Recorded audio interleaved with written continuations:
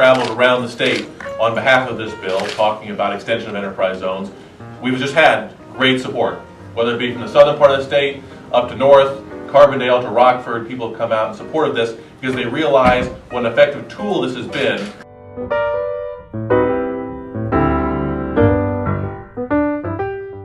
The legislation today that's being discussed is referred to as a modernization. It involves kind of 5 key principles. Number 1, a long-term extension, 25-year extension of enterprise zones. 2, the creation of 10 new zones across the state of Illinois, no more than 2 a year. 3, we increase the geographic size of current enterprise zones, in many cases which are landlocked.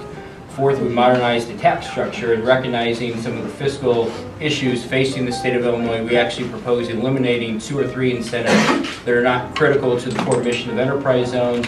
And 5th, we increase transparency and accountability. It's important that the taxpayers know where their money is being spent, that it's being spent wisely, and certainly enterprise zones provide a real bang for the buck, and they're actually creating jobs. Since these were created in the 80s, more than 900,000 jobs created or retained, and nearly $49 billion in capital investment. These are one thing that work well in the state of Illinois. The business community is not always happy with what happens.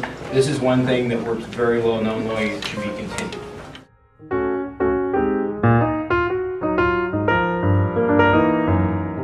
Over the last 5 years or so, or from 2006 to 2010, Continental AG, our parent company in Germany, decided to invest in expansion projects in the U.S. The decision to invest in the Illinois plant versus Indiana and other states was largely dependent on the benefits we received both from the Enterprise Zone program and incentives from the state of Illinois and our local governments.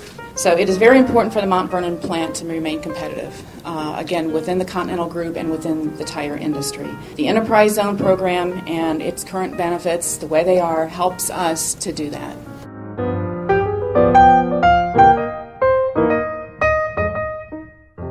Certainly it was one of the things that we looked at whenever we were going through our making a determination of which plants we wanted to invest in and grow. And so that was one of the enterprise zone that the Belvedere plant is located in. Was one of the reasons that was one of the contributing factors to that continued investment, that over $700 million investment.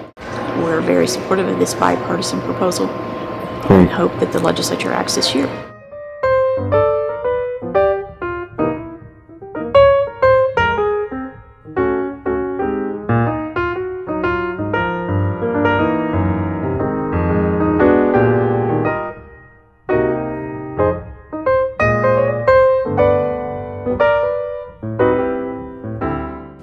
Over the last year, Caterpillar has certainly been critical of certain issues that we think that the state can improve upon. But today I'm here to talk to you about something that Illinois is doing right and ought to continue. Enterprise zones are one tool that the state can use to set itself apart and make itself more attractive for investors.